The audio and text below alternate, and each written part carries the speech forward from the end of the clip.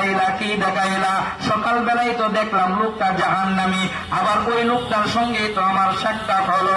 আল্লাহ বলে, ও মূসা, আমি আল্লাহ তোমার মতো রাগান্বিত মূসা না, তোমার মতো কঠিন মিজাজের মানুষ আমি আল্লাহ না। আমি আল্লাহ হলাম রহমান, আমি আল্লাহ হলাম রহিম, আমি আল্লাহ হলাম গফফার, আমি আল্লাহ হলাম সাত্তার। ও মূসা, ওই বান্দাটা গুনার বোঝা মাথায় নিয়া জাহান্নামী বান্দাটা সকালবেলা পাহাড়ের গুহার মধ্যে চলে গেল। পাহাড়ের গুহার মধ্যে চলে যাওয়ার পর আমার কুদরতি পায়ে বান্দাটা সিজদা দিয়া আমাকে যখন দরদ পড়ে অন্তর নিয়ে কান্নাকাটি করতেছে, আর আমি আল্লাহকে যখন আল্লাহ বলে ডাকতেছে, আমি আল্লাহর কুদরতি অন্তরে জোশ লাগা গেছে। আমি আল্লাহর ঠিক থাকতে পারি নাই, আমি আল্লাহর কুদরতি অন্তরে মায়া আর ঠিক থাকতে পারি নাই।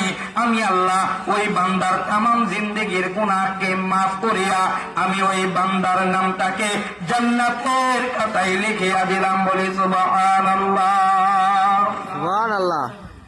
অতএব গুনাহ করতে